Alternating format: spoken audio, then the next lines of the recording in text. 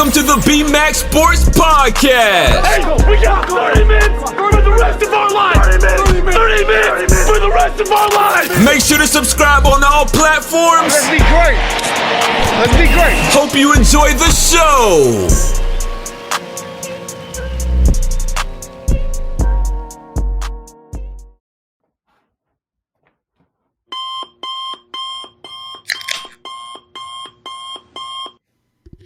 Wake up, ladies and gentlemen. It's Tate and Josh in the morning. You know what time it is.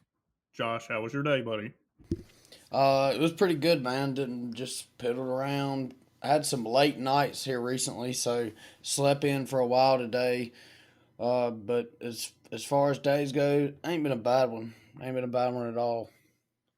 Same for me. I didn't really do a whole lot. I watched some movies, played some Warzone, caught up on some cleaning, stuff like that. Just buttoning up some loose ends.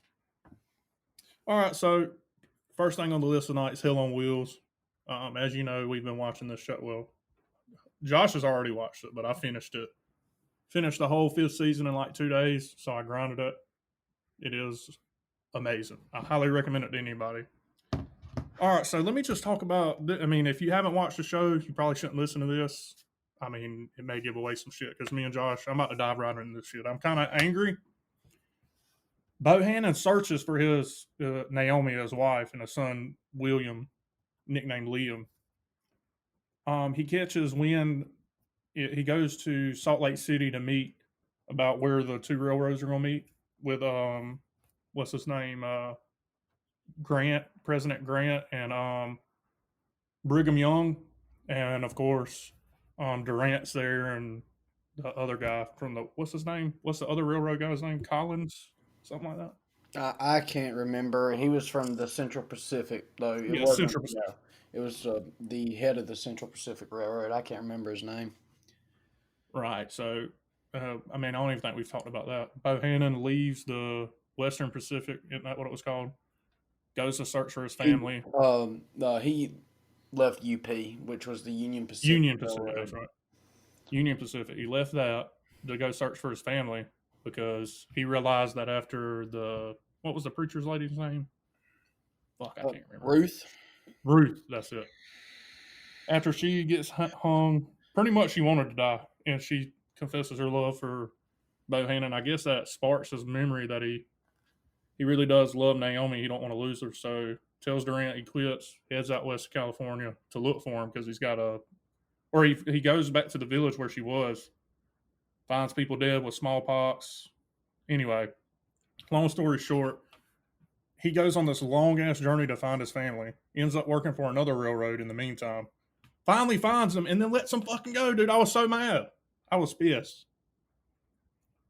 Pissed.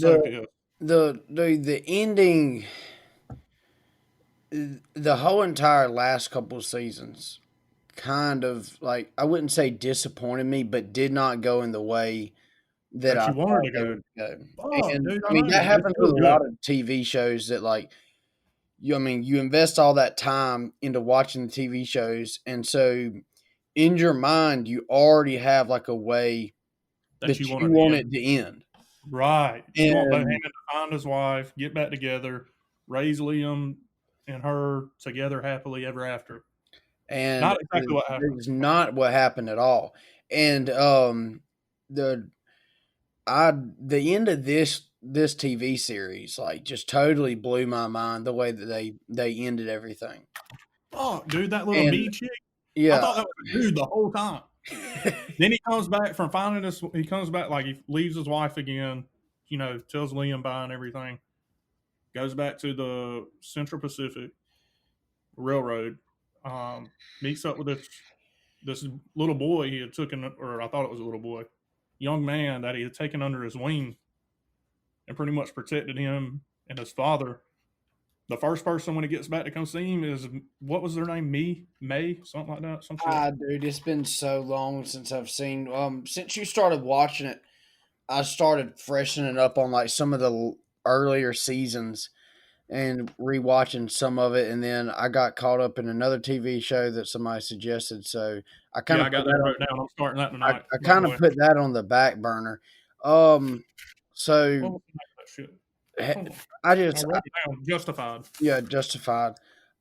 Dude, I don't really understand the end. Like, you make this whole saga of there's a cowboy. He comes into town, one of the baddest dudes in the West. Also, on top of this, one of the best railroad men there is out there. Right. And the whole time, this dude is overcoming and showing that, like, I mean, the man literally could almost do anything. And then in the end, I mean, and there's multiple women. I mean, there's 2 or 3 women that come out of Bohannon's life that, Yeah. His like, first wife, Belle, Miss Belle. Then you got Ruth, then Naomi. And then I guess he wasn't going to let me or whatever the fuck her name was get away because he bought that ticket to China. but and that's what doesn't. And I don't know. It could have been something that in production there was. I mean, because this happens all the time. TV series start, they go for 4 or 5 seasons. Stuff's behind the scenes stop working out. People start getting there's fighting within the production company, and they just end it. So Right. to me, I really think that there was some kind of ordeal inside this production company because the way it ended was just so bizarre. Yeah, That weird. out of all these women in his life, I mean, Chooses even that Asian even dude. Naomi, when I mean he's got a child with her, Right. I know. and then all of a sudden But this whatever the Asian chick's name was, she comes in, she's working for the railroad, and then Bud just leaves for China to go hang out with her or go find her. And at some point, I said, okay, there's got to be where, because I mean, that was the supposed final season. So I thought, dude, the way they left this junk is there's no way that some Southern Confederate just ends up just chilling in China for the rest of his life. right. So I thought there was going to be some kind of Spin-off. like spin-off series where they went back to what it was. I mean, like another story. But I mean, that's just how they left it. They need to make a Hell on Wheels 2 with Liam's little ass. You know he's gonna be a bad Yeah. bitch. And I just like I said, I didn't understand. Like I love the show. Probably one of my favorite, actually, my favorite show probably that I've ever watched. So as far as okay, you've watched the whole series now. Where do you? Because I know we've discussed this TV shows that we've ranked that are our top favorite TV shows. Where do you rank this at now that you're finished with it? I would rank it strong number 2 and very close to 1. The only reason I would say it's number 2, if he would have stayed with Naomi, I just wanted him to be with Naomi. I almost cried when he told her bye. When they were crying in the horse stable in Salt Lake City, I almost started crying, dude. And I don't do that kind of shit, so I had to suck it up, and I was like, fuck it. Right out, Bohanna, fuck it. But, I would put a very, I don't know, 1A, 1B, Sons of Anarchy and Hell on Wheels. They're very similar. They have strong male leads that are badass motherfuckers. Yeah. My top 3 are Hell on Wheels, Sons of Anarchy, and Breaking Bad. That's probably be my top 32 as well. But I'm with you. Like the ending, well, to me, Hell on Wheels was written because Breaking Bad was one of the most well-rounded, well-written TV shows I've ever watched in my entire life. Oh, yeah. And then Hell on Wheels came around because I watched Breaking Bad before I watched Hell on Wheels. Hell on Wheels came around and I said, dude, this was so well-written. Did you know the last Anson Mount is the dude who plays, I think that's how you pronounce his name. Yeah. He's a dude who plays Cullen Bohannon. And he wrote the last 3 seasons, right? And produced them. I cannot remember. I looked it up on Wikipedia. Yeah. And it had one writer for the first 3 seasons, and it had Anson Mount for the last 2 seasons. So I think he even wrote it himself. If you go look, because I've watched some clips of him, and I follow him on Twitter, I'm pretty sure. So I've seen videos of him talking in real life. Dude, the acting that he did throughout this whole series was phenomenal because as Southerners, we can tell a BS Southern accent when we see one. Right. You know what I'm saying? And I mean, this dude had me convinced the whole time. And then come to find out, he's just this regular old Yank dude, and in real life talks nothing like that. And Yeah, I I know. mean, to me, because he's not really. I mean, I don't know how big he is in the acting scene. I've not seen much else with him in it other than like a couple things. But Yeah, to me, he he's makes like extremely little. underrated as an actor because Oh, dude. Yes, he did a phenomenal job with that because part, dude. he really did. He did a phenomenal job, and I don't know whether it was just something that clicked in him or what. But I mean, the acting that he did, because I mean, I've seen a lot of TV shows where you do have the Southern dude who, obviously, the guy's just playing a role, and you don't Yeah. really believe it. But Anson Mount, his role of Cullen Bohannon was one of the best I've ever seen in my entire life. Yes, agreed, 100%. All right, moving on from Hell on Wheels. I want to talk about a little bit of football recruiting. I mean, this is kind of supposed to be a sports podcast, but I don't really. There's not a lot of sports going on, and I kind of enjoy talking about the other shit with Josh more anyway. So we will touch on one team in recruiting that's hot on the trail right now. It's the University of Tennessee. They picked up a couple 5 stars, a couple 4 stars, and a couple 3 stars over the last week. So Pruitt's on fire on the trail, which I'm not. I don't. It's early in the recruiting cycle for these 2021 guys, so I'm not real concerned yet. I usually start getting more concerned around the later part of August and then throughout the season.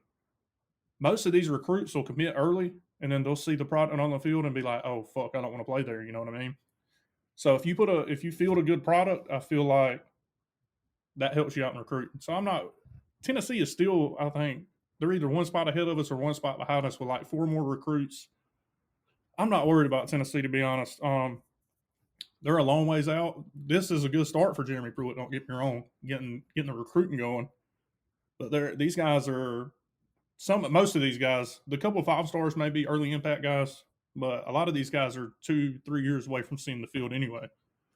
So Jeremy Pruitt may not even be there by then. We know how Tennessee fans are when they tried to hire. Who they tried to hire?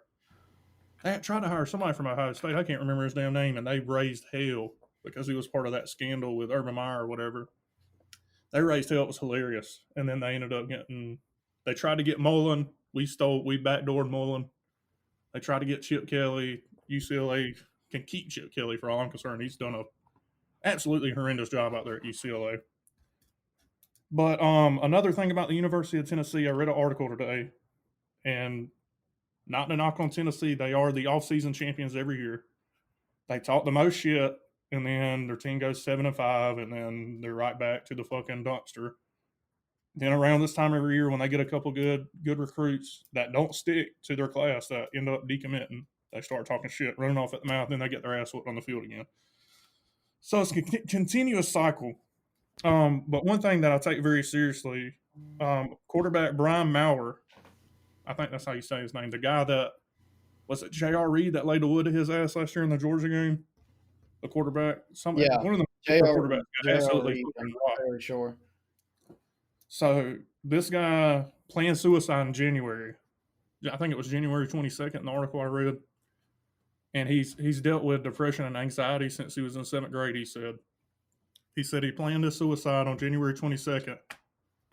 And he was going to do it. And he prayed and said, God, if you don't want me to do this, give me a sign. And he said about 2 minutes later, his mother called him with his nephew on the phone. And she told him she was just checking in with him, making sure he knew he loved her and stuff, or she loved him. I meant to say, but yeah, so suicide is very serious. It's a very serious subject. I don't really like to talk about it much because I've had some people in my family commit suicide. But just so you know, there's people out there that love you, and when you take your own life, it's not the end of it. You're leaving a lot of pain here on earth with your family that's going to miss you, your loved ones. So no matter how bad, depressed, and down you feel, it's never too late to reach out and get help. That's not the answer. So I just wanted to say that. And I'm proud of Brian, the quarterback from Tennessee, for speaking out on this and bringing awareness to mental health and suicide and stuff like that. So shout out to him. Kind of rolling back to Pruitt and how the UT program is functioning. I was fairly impressed with the way that they came back last year because I mean, obviously they had some really big struggles and hard times there in the beginning of the season. Yeah, for And sure. They lost to Georgia State at yeah, home. and by the time that they came back. Right, they did. We weren't looking at a really bad program. I mean, by all means, they were not great. Right. I think one of my main questions to you is, do you think Pruitt can turn this program around, or do you think that he's going to at least lay a foundation for a better program? Because, I mean, as far as Tennessee goes, we've been looking at a couple of years back, I mean, further too, that they really haven't been on the map at all in the East whatsoever. So, do you think we're going to see a change in this in the future, or it's just going to be the same old, same old? It's tough to say. Tennessee's a weird place. Butch Jones had success early on, and then he just and he always recruited at a high level. He really did. He had good recruiting classes. I thought he was going to be successful, but Tennessee's a hard place to win at because where they're located, you're recruiting against Georgia and Kirby Smart. Alabama's up in Tennessee recruiting. LSU goes up, and you're recruiting against all these powerhouses in the SEC. And for him to be pulling these kind of recruits is impressive enough. My only question is, some people make great coordinators, and they're just not meant to be head coaches. You look at, for example, who's a good one? Will Muschamp's a great example. One of the best defensive minds in the game, no question about it. But when he came to Florida, that was a big job for his first head coaching job. He coached under Saban. I think he coached under Jimbo. I can't remember who all he coached under. But he had a good coaching tree. So I thought it was a good hire. Man, was I fucking wrong. Dude, shit, it was terrible, dude. Our defense was always good, but our offense was horrendous. Some of these guys just don't make good head coaches. Now, that's yet to be seen with Jeremy Pruitt. I think Jeremy Pruitt could be successful there, especially he's got a good start going. Last year, they ended the game on let's see. They lost to Alabama, then they won 6 straight games. I mean, now these games were South Carolina, who we know they were probably an above average team. UAB, Kentucky was decent. They beat Missouri, they beat Vanderbilt, and they beat Indiana.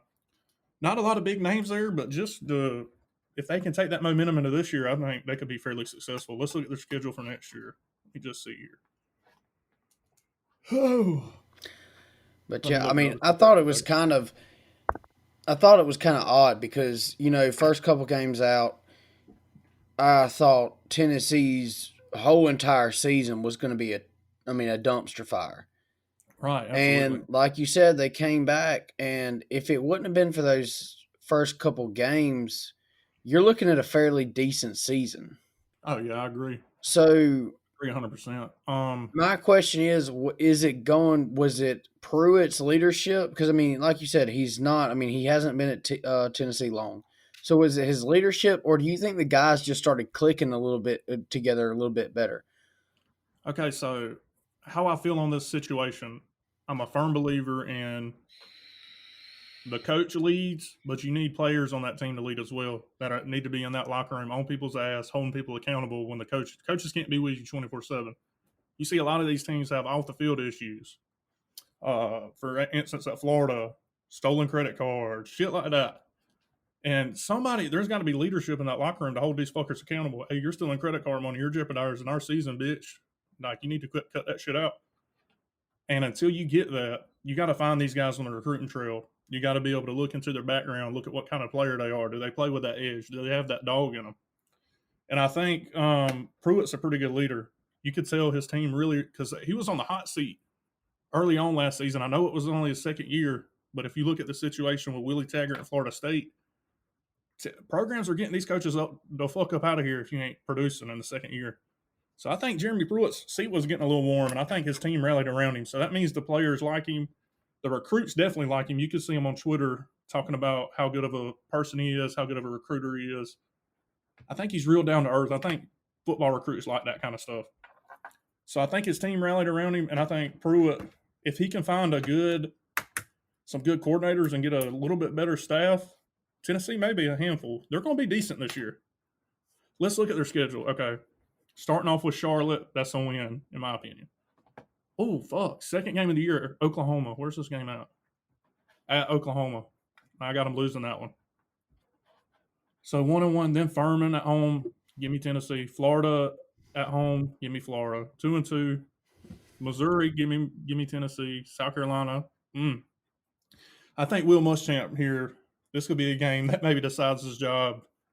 I think this is a must win for Muschamp, but I'm gonna go Tennessee. Bama. Give me Bama. Arkansas.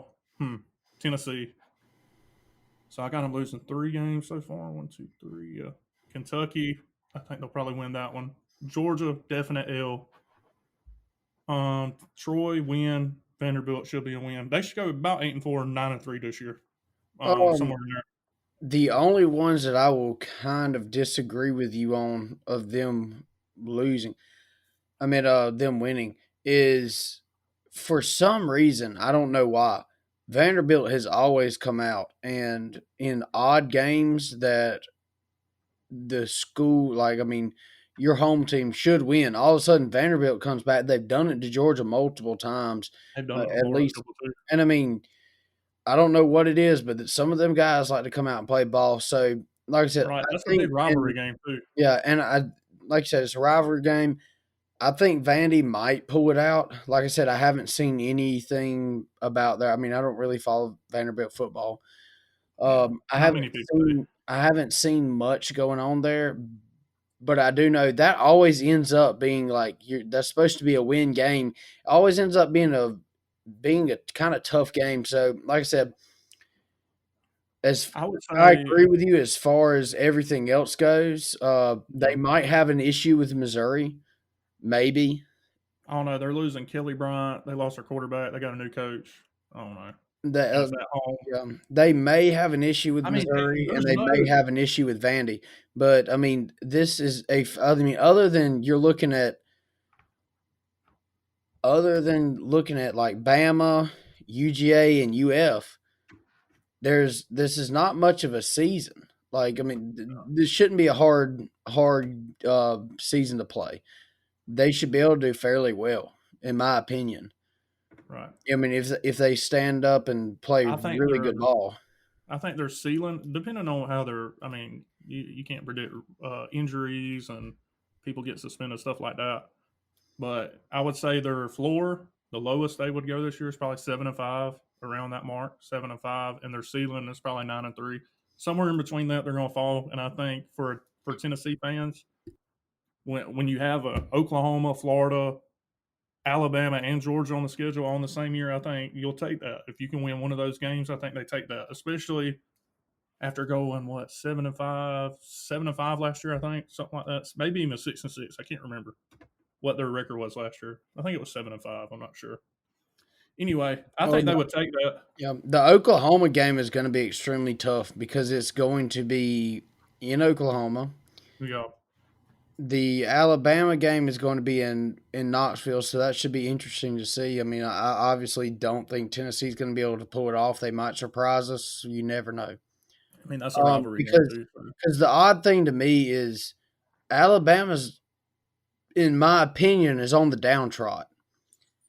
As good as Coach Saban is, he might show out again. I feel like that if he has another season where he does not win a national championship, he may retire. I don't know. I could be wrong. Because I've said in the past that I think that Coach Saban's going to die on the field. He might. So, like I said, I don't know. So, as far as Nick Saban goes, they lost a lot of talent to the NFL this year. They really did. They lost some key defensive players, but we know Bama recruits just like Georgia.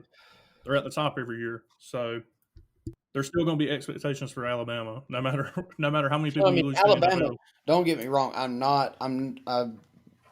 When it comes to, if I was a bet man, it comes to betting against Alabama in any game. Unless it's just you've got somebody like LSU who last year had one of the most well-rounded teams that I've ever seen in my life. Yes, they had a couple problems on defense. But early in the year, they had problems on defense. Yeah. Towards the latter part, they really turned it on. They did. But, those guys, that was some of the most flawless football I've ever seen played in my entire life. Right. So unless it's somebody who has a team like LSU did last year, I definitely think Alabama's going and Nick Saban are going to be able to step up to the plate. I don't think they're going to have many issues. What's going to really be a defining game in UGA and Alabama's season is going to be that number 3 game that we have.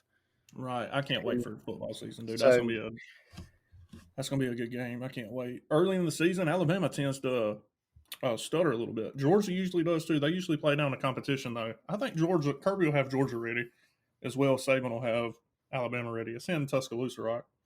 I think it's in Tuscaloosa. I'm not sure if it's in. Almost 100% Like I positive. said, when you play any, especially you look at Alabama football is all those people have.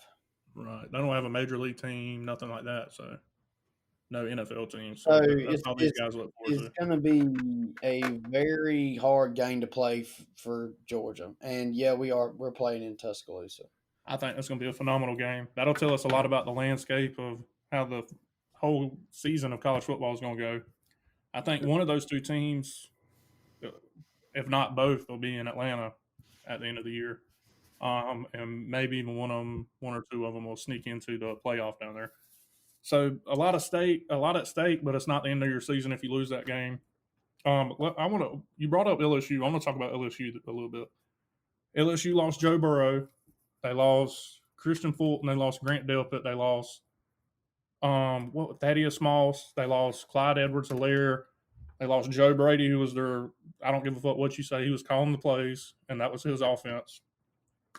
You got to do the stepping in to replace Joe Burrow that hasn't taken a lot of snaps and got a lot of game reps.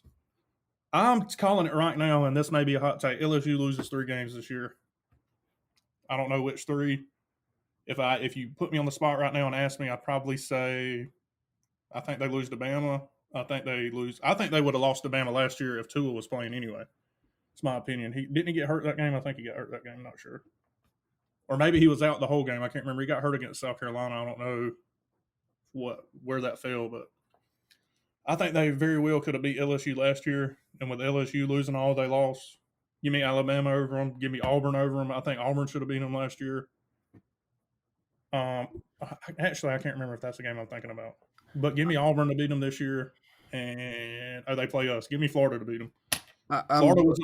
Florida was the only team that played them last year that had a lead in the second half, and we had a quarterback that hadn't played live snaps in 6 years, and we played in Death Valley. They got to come to the fucking swamp this year. So give me the Gators. I like the Gators in that game. I'm looking at their first 6 games, and to me, I mean, up until the game that they play Florida, I don't see any competition for them whatsoever. I mean, you got UTSA, Texas, San Antonio. You got they play Texas again next year. They play Texas their second game out. You're looking at week 2 playing Texas. Baton Rouge though. You're right. It's going to be in Baton Rouge. Give me LSU now. They play Rice. Obviously, that's going to be a win for LSU. They play Ole Miss. Now, Ole Miss might give them a run for their money. But I like Lane Kiffin at Ole Miss, dude. That's a good fit for that guy. And he's a fucking rambunctious motherfucker, and he's got a set of balls on him the size of fucking baby swimming pools.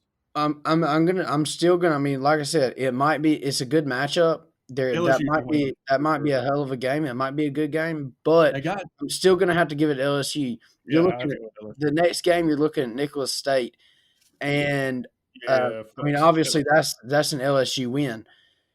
And that's your first 6 games. So I'm their first 6 games. I'm looking at them to go 6-0.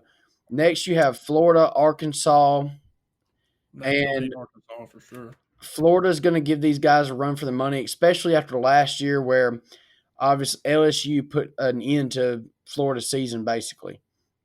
So I think Florida's going to come out. They're going to be ready to play. I mean, hell yeah. I might go to that game. Might go to that one. Last year, I mean, you look at Florida. Florida was on the come up. They had an extremely well-rounded team, and then LSU comes down and, for the most part, puts an end to their seasons of hopes of winning anything. You got Arkansas. I feel like LSU will be able to handle Mississippi State. I feel like LSU will be able to handle. Oh yeah. Next Mississippi State will next get they have dog. Alabama. Ooh. I don't want anybody to get me wrong by my last comments talking about how Nick Saban is getting up there in age. Nick Saban's pissed off at this time. Mm-hmm. He's ready for this football season to go around. I'm going to go ahead and give this to Alabama just because, which I will make the comment, it is being played And Death at Valley. LSU. It is being played at LSU in Death It'll Valley. be a night game, depending on the records. And like I said, it's November the 7th. So, and it's to be determined. So I don't know what time it's going to be, but They usually announce we're probably going to be looking at a night game. If it's LSU and you're looking at Death Valley at nighttime, that's going to be an extremely hard game to play. Everybody already knows played that. them last year. We played them last year in fucking Death Valley. And if Trask didn't throw 2 interceptions in the red zone, we beat LSU last year. Fuck. Anyway, I don't want to harp on last year. Fuck. LSU will. I think they won't have any problem with South Carolina. They're gonna play Auburn. Auburn's having some interesting things going on with their QB situation, so that's kind of. I really couldn't even make a good pick on them right now. It's hard to make a pick this early in the year. What we're gonna do is during the season, we'll pick 10 games, and I'm gonna keep up with our records, and we'll have a little wager at the end of the year. Somebody's got to do something wild. I don't know. We'll think of it later. We'll keep up with our record every week, and whoever's got the best record. Maybe we'll have a guest on every week to help pick with us. Mm-hmm. Be badass, I think. Yeah. Well, yeah. I thought that'll be something fun for us to do. Hey, and during the season, Zach Rios knows a lot about football. Yeah. So we could have 3 people on here. Yeah.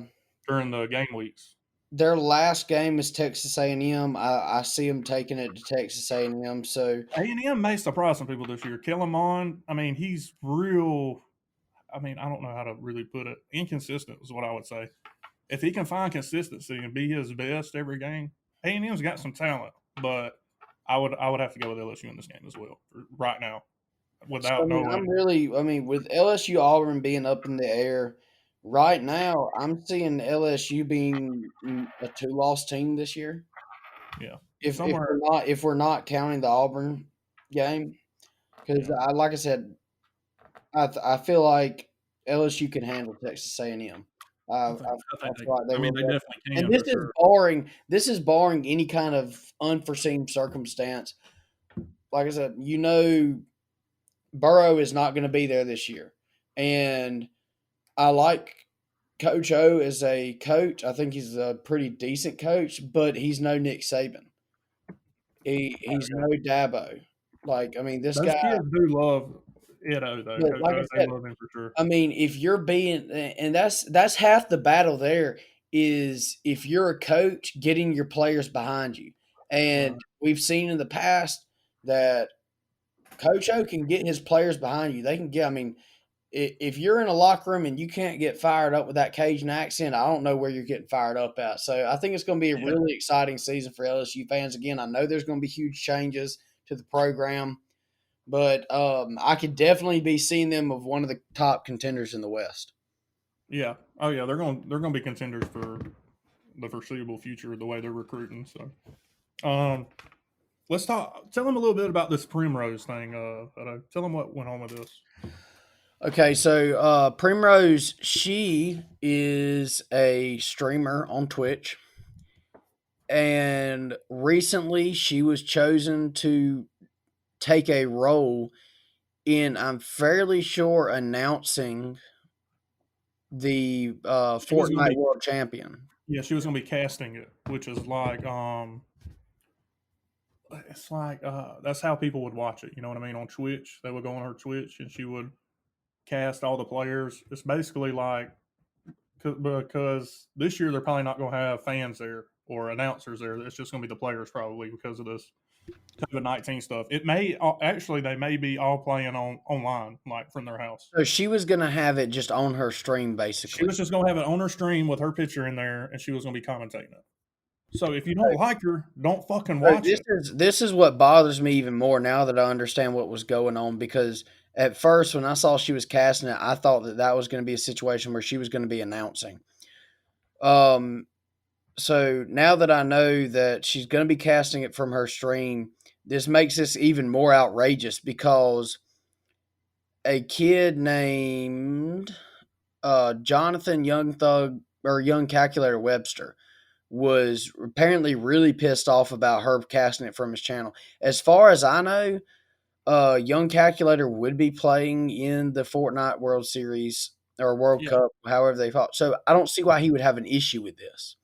The only thing that I see that he would have an issue is just, I really don't know, other than she's getting publicity that he doesn't think she deserves, because right now she's not. I mean, she's probably not even within the top 300, top 500 Fortnite players. She's just a chick who streams. Right. So I don't see the issue with it, honestly. I'm fairly sure that I don't know why. I mean, the dude, it's not like they have any past history. The dude's 14. I don't know exactly how old she was, but she looks well into her 20s. She looks well into her 20s. So, I mean, and she's fairly hot. So, I don't know if it's just something where he's 14. Obviously, he's still a kid. So he's Right. kind of, I don't know if he was just trying to get on her radar and that was his way of flirting with her or what the deal was. But the the kid goes on there, and this is from sausageroll.com, which is a gaming website, does gaming news. It says some of the professional Fortnite players were in an uproar after the Twitch streamer announced that she was going to be casting the series or the Fortnite World Series. One of the individuals, Jonathan Young Calculator Webster, spent hours trying to find dirt on her to have her disqualified or canceled from the event. So right now we're looking. He doesn't even have a reason to have a problem with this chick. Right. He doesn't just even starts- know she's a Republican or supports Donald Trump. So he goes and starts looking into her, trying to. So my main thing here is, I really would like to know the issue that he has with her, because obviously, I mean, the dude's 14, she's 22. There's not going to be any kind of like distance. I mean, like reason, number one, that they should have any kind of problems with each other, because it's not like he's freaking Mertz or some dude who may have had a relationship with her in the past. Like I said, I don't know who she's had relationships with. I don't know if she dates anybody inside the gaming community. And it would make more sense if that happened, because if somebody had like a bad breakup or some deal like that, that would make sense to me. This makes no sense to me whatsoever.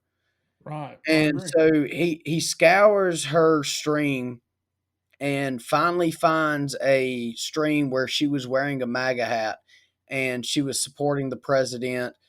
And this website here quotes the alleged Fortnite professional, aka Young Calculator, found a clip where Rosa Primrose sports a MAGA hat. Young was outraged and campaigned to have her barred from the event for being a racist bigot. Okay, so my thing is, so supporting Donald Trump automatically makes you racist. No chance that's true at all. He just, like you said, he had some preconceived notion of her where he didn't like the fact that she was going to be casting it, and then he sought this out. He may in fact be a Donald Trump supporter himself. He knew that was an easy way to get him out of there. Well, and bullshit, and that's bullshit. This thing here says that I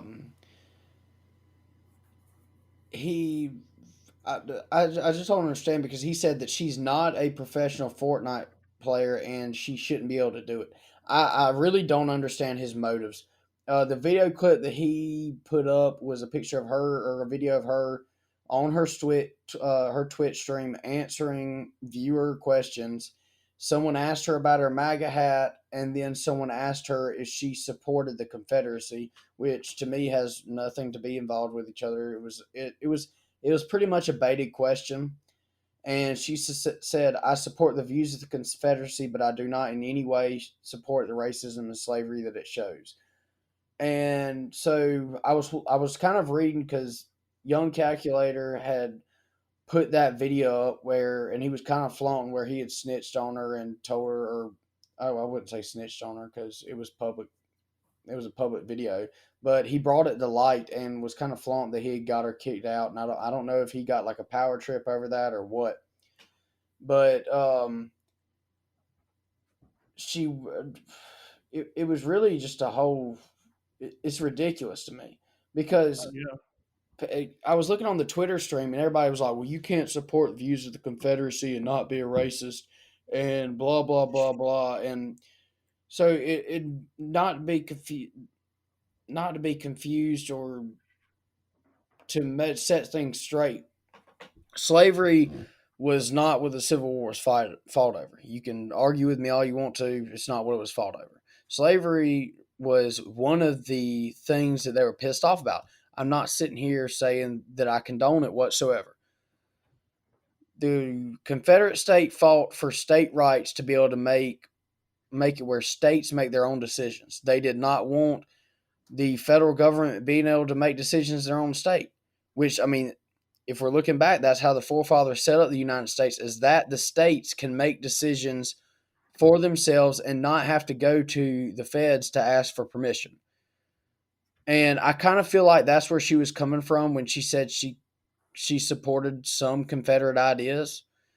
Like I said, it's very strange to me that this 14-year-old kid just comes out and attacks her like that. So I kind of wanted to touch on it because I feel like it's BS that, number one, it's not even really being casted that she was taken off because of her Confederacy comments. She was taken off from these websites that I'm looking at because she was wearing a MAGA hat.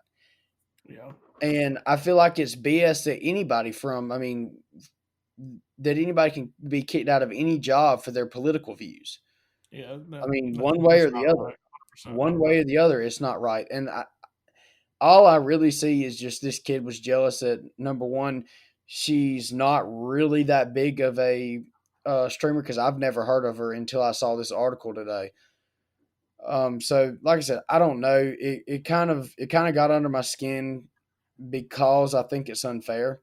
I think that it's stupid that anybody can lose a job over their political preferences whatsoever. But I mean, that was just my little spill on it. I saw it on Google News and sent Tate a screenshot of it just because, we kind of send each other screenshots of news throughout the week just to see what we want to talk about. And so that's just my little spill. I think it's ridiculous. I'm really kind of upset with Twitch in the way that, that's a streaming platform. Just like Facebook is a platform, just like Instagram is a platform. You should be able to put whatever you want on it. Because in the US of A, we have this thing called free speech. So I think it's ridiculous that you have a platform where you let people put whatever they want on it. And then you come back and be like, oh, well, you're losing out on a job opportunity because of what you said. I think it's ridiculous. Right. It's not like she said anything too outrageous anyway. It is what it is. This is the America we live in today. No, it's not surprising to me, but it's disappointing. Moving on. So let's talk a little bit about Mike Tyson and what Deontay Wilder had to say about Mike Tyson. Deontay Wilder said he would beat Mike Tyson back in his prime. Listen, there's just no fucking chance in hell. You can't even beat what was that guy he's been fighting? What's the big white dude's name? Tyson Fury. Tyson Fury. You can't even beat him. Mike Tyson will knock your fucking head off, buddy. No chance. And probably would now. If we're being honest with you. The other day when we discussed this Mike Tyson video, I had not yet seen it. I saw it yesterday. This morning on Twitter. And dude, the speed and absolute power that he still has is unbelievable. Yeah, dude's a killer, man. And Mike Tyson had a video where he kind of responded to the whole ordeal. And to me, it was one of the most humble responses that I've ever seen out of any professional athlete that had been called out. Because, he basically what he did was call out Tyson. And so Mike Tyson said he was extremely pleased to see him have this attitude because that's the same exact attitude he would have had when he was in his prime. But I also think it's extremely disrespectful because, like you said, Mike Tyson was a world killer, dude. I mean, this guy was. He'll knock Deontay Wilder smooth the fuck out. And And I was a Deontay Wilder fan until this last fight. He started making excuses. well, and But that's there's no chance in hell he's knocking out. He's beating Mike Tyson. that's my point right there. I was a Deontay Wilder fan because number one, he's an extremely talented boxer, and number two, he is from the United States. I believe he's from Alabama. I could be wrong. He is from Alabama, correct? So, like I said, I was a fan of his, and I mean, like, where is Tyson Fury's from England? If I'm Yeah. so, Yeah. like I said, I would have liked. I mean, I always like to see athletes from the U.S. succeed because that's my country. Fuck Britain, right? Fuck Britain anyway. So I'm going to root for those guys. But after I see him absolutely get his ass strolled, I mean, I really feel like that a week later that Tyson Fury could have gotten in another fight. Like he could have fought because he was basically untouched. Yeah. And so to come out after that and say that you would mess Mike Tyson up in his prime, dude, get out of here. I mean, have you not watched any of Mike Tyson's fights at all? Yeah, apparently not. I've watched Deontay Wilder fights. I mean, I've seen a good bit of them, and he is no Mike Tyson. He's a great boxer. He's a phenomenal athlete, but there's no way. I don't see where he thought making this comment would get him any kind of clout or notability or respect. I really don't. Especially coming off your, I mean, it'd be one thing if he was the world champion right now, but coming off of your last fight, getting your ass handed to you. Yeah, and it was not a close fight. No. So I think it was a stupid ass comment, to be honest with you. I really do. I think he got what he wanted out of it. People are talking about him, but they're kind of laughing at him, I feel like. So that's my opinion on that. You wanted the publicity, you got it, but it's for the wrong reason, buddy. That's not the kind of publicity you want. And I still don't think you want to step in the ring with Mike Tyson today, to be honest with you. So, have you heard anything about these fucking murder hornets? Have you heard? I've seen, I actually read an article earlier on how they were planning to contain it because apparently what these murder hornets do is get into beehives and they can wipe out an entire colony of bees within 30 minutes. I mean, these motherfuckers are wild. Extremely aggressive. And I'm allergic to bees. So there's no telling what these fuckers will do to my little bitch ass. So these guys are big, like pretty big, right?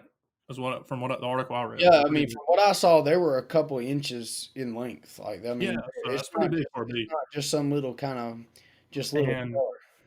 And the article I read, I read where they destroyed colonies of bees, and you know how important bees are to our wildlife. So they're critical to our infrastructure as far as wildlife goes. But these fuckers also kill people. They kill, I think they said an average of 50 people in Japan every year, some shit like that. Don't let these fuckers get in Georgia, guys, because I'm out. I'm moving. Fuck that. I'm not dying to a bee, yo. But basically, I really think it was kind of interesting, like, because a bunch of the news media, I mean, prominent news media had picked this story up.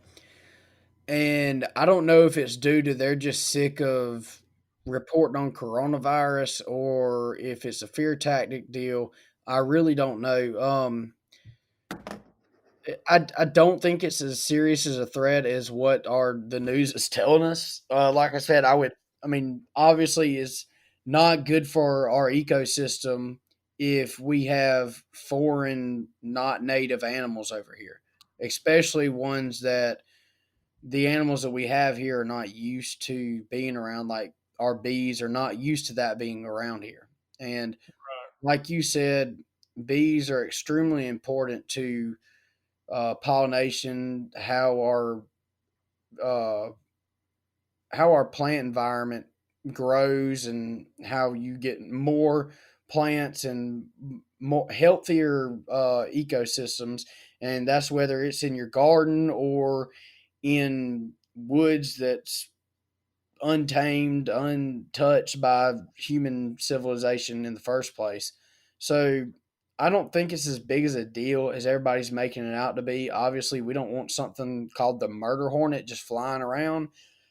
But I mean, if it's killing, how many people live in Japan? If it's killing only 50 people a year, how many people live? I mean, how many people get rattlesnake bit and live each year? So, well, shit, regular bees probably kill that many people in America every year, to be honest. And you're exactly right, because I mean, you get stung by one honeybee is not a big deal, but if you get into a hive of them, or you get into run across some of those, I've been in contact walking through the woods with some of those underground hornets, and believe me, they will tag the hell out of you. Like you will find the nearest escape route that you can find. So, like I said, I don't think it's that big of a threat. I don't know if it's just something where the media does not have anything to talk about, or if it's a fear tactic issue because everybody's coming across the corona. They're thinking the world's about to end. So I don't know. It seems like something that obviously they're going to kind of be able to crack down on, but I don't see it being a huge threat. Yeah, me too. I don't know.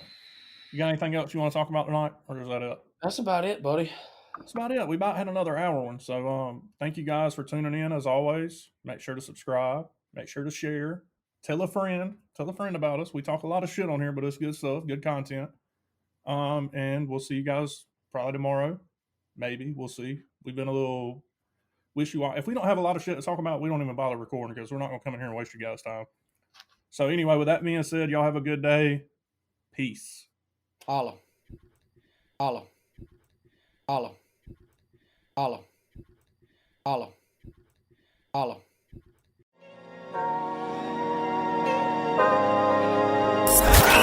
Thanks for tuning into the B-Max Sports Podcast. 40, 1, Lindsay, 25, 20, 50, 10, 5, Lindsay, stop. We hope you enjoyed today's episode. I love the show, guys. You're awesome. Listen, my whole family loves it, man. I never miss an episode. It's the best. We'll see you next week. Go rock this thing, huh? Love you, man. Let's go get it.